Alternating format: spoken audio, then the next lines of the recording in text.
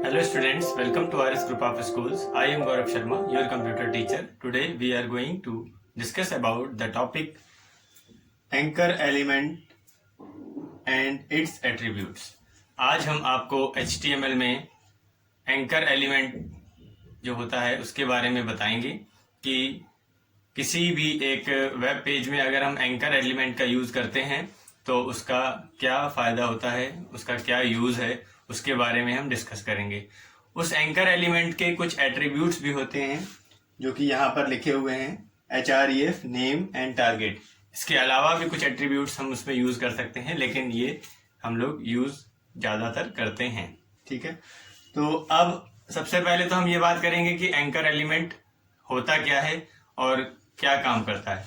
तो देखिए, जैसा कि यहाँ पर आप देख रहे हैं कि एंकर एलिमेंट जो होता है उसका वर्क है to mark the text as hyperlink text.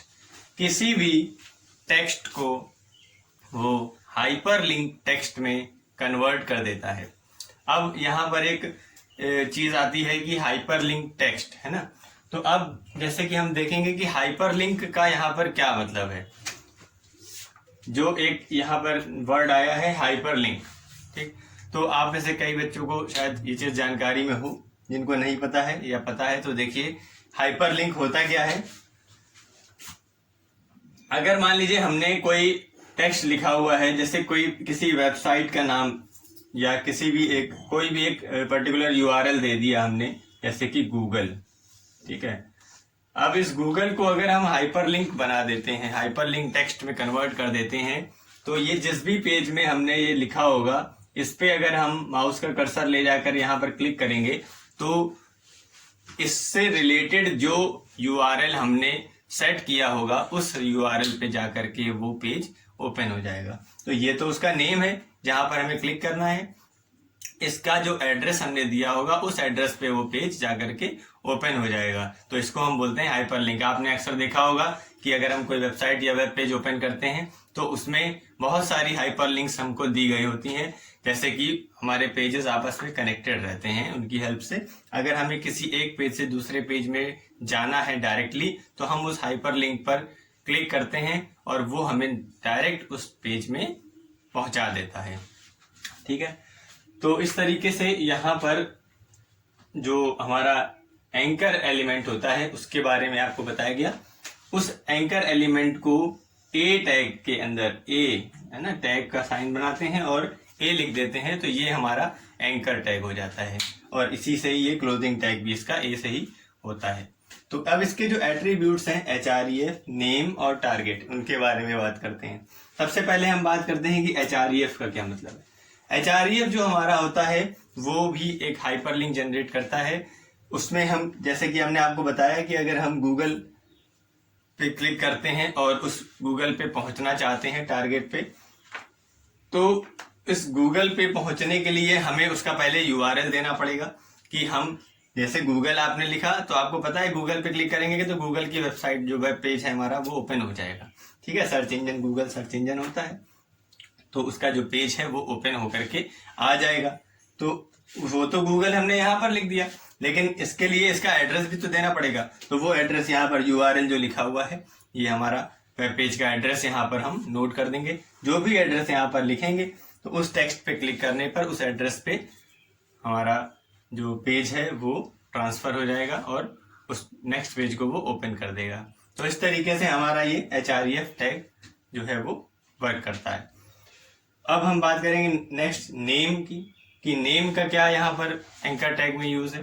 तो एंकर एलिमेंट में जो हमारा नेम टैग होता है, नेम एट्रीब्यूट है, वो किसी एक, जैसे कि कोई हमारा एक पर्टिकुलर पेज है, उस पेज में किसी लोकेशन पे हमको पहुंचना है तो वो टेक्स्ट हम यहाँ पर लिख देंगे। जैसे कि बहुत बड़ा कोई पेज है, उसको हम स्क्रॉल डाउन कर करके वहां पर ढूंढ रहे हैं और हो सकता है कि स्क्रॉल करने में वो चीज निकल जाए और हम देख ना पाए, तो जैसे एक तरीके से सर्च करने का काम करता है। तो हम जो भी यहाँ पर टेक्स्ट लिख देंगे उस पेज में वो टेक्स्ट होगा, वो वहां पर उसको ट्रांसफर कर देगा, तो हम डायरेक्टली उस टॉपिक पे वहां पर पहुंच जाएंगे। इसी तरीके से हमारा नेक्स्ट होता है टारगेट। ठीक, अब देखिए टारगेट का क्या काम है। टारगेट का मीन्स ये है कि हम जो भी पेज ओपन करना चाहते हैं उसे हम किस कैसे ओपन करना चाहते हैं, मतलब कि हम उसको न्यू विंडो पे ओपन करना चाहते हैं या सेम करंट विंडो पे ओपन करना चाहते हैं या फिर न्यू ब्राउजर पे ओपन करना चाहते हैं। तो उसके लिए उसके कुछ कोड्स होते हैं जो कि आपको बताए गए हैं। उन्हीं कोड्स की हेल्प से हम लोग, जैसे कि सेल्फ कोड होता है और इस तरीके से कई सारे कोड्स होते हैं, उनका यूज करके हम लोग उस पेज को, अपने एक पर्टिकुलर पेज को ओपन कर सकते हैं अपनी नीड के अकॉर्डिंग। हम न्यू ब्राउजर पे भी उसको ओपन कर सकते हैं, उसी ब्राउजर पे ओपन कर सकते हैं, जो हमारा करंट विंडो है उसी विंडो पे भी ओपन कर सकते हैं। अपने अकॉर्डिंग हम उसको सेट कर सकते हैं यहाँ पर उसको लिख करके। पहले इसको हम ब्लैंक अगर हम सेट करते हैं तो ये हमारा न्यू ब्राउजर पे ओपन होता है, सेल्फ कर देते हैं तो उसी ब्राउजर पे ओपन होता है। इस तरीके से इसके बहुत सारे अलग अलग व्यूज हैं जिन पे हम उनको ओपन करा सकते हैं। तो URL का मीन्स है जहां पर हम लोग जो भी URL हम यहाँ पर देंगे वो एड्रेस हमारा इसके हाइपरलिंक के लिए हो जाएगा और उस एड्रेस को वो ओपन करेगा। ठीक है, तो यहाँ पर दो आपको नई चीजें सीखने को मिली। एक तो मेन एंकर टैग क्या होता है, ये तो मेन टॉपिक था हमारा। उसके अंदर भी दो चीजें आपको आई, URL जो कि हमारा किसी भी वेबसाइट या वेब पेज का एड्रेस बताता है, और जो हमारा हाइपरलिंक है उसके बारे में आज आपको पता चला कि हाइपरलिंक का मीन्स क्या है। कि अगर हम किसी भी टेक्स्ट को हाइपरलिंक टेक्स्ट में कन्वर्ट कर देते हैं तो वो जिस भी लोकेशन पे उसको सेट किया गया है उस पेज से डायरेक्ट उस पेज पे वो उसको ट्रांसफर कर देता है।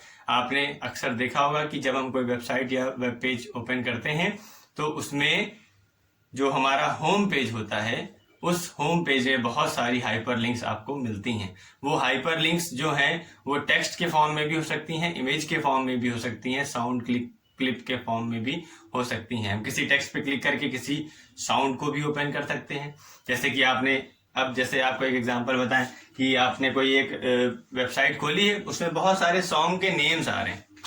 तो कई बार तो क्या होता है कि केवल वो नेम लिखे हुए हैं ब्लैक इंक से या किसी भी कलर से, तो आप उसको सिर्फ रीड कर पा रहे हो। कई बार क्या होता है उस नेम पे आपने क्लिक किया तो वो सॉन्ग प्ले होने लगता है। तो वो जो सॉन्ग प्ले हो रहा है उसका रीजन यही है कि उसको हाइपरलिंक किया गया है उस लोकेशन से जहां पर वो सॉन्ग जो है वो प्लेस्ड है, रखा हुआ है, वहां पर उसको हाइपरलिंक कर दिया। हमने इस लिंक पे क्लिक किया और वो सॉन्ग वहां पर प्ले होने लगा। इसी तरीके से किसी इमेज को भी ओपन किया जा सकता है, कोई मूवी को भी ओपन किया जा सकता है इन्हीं हाइपरलिंक्स की हेल्प से।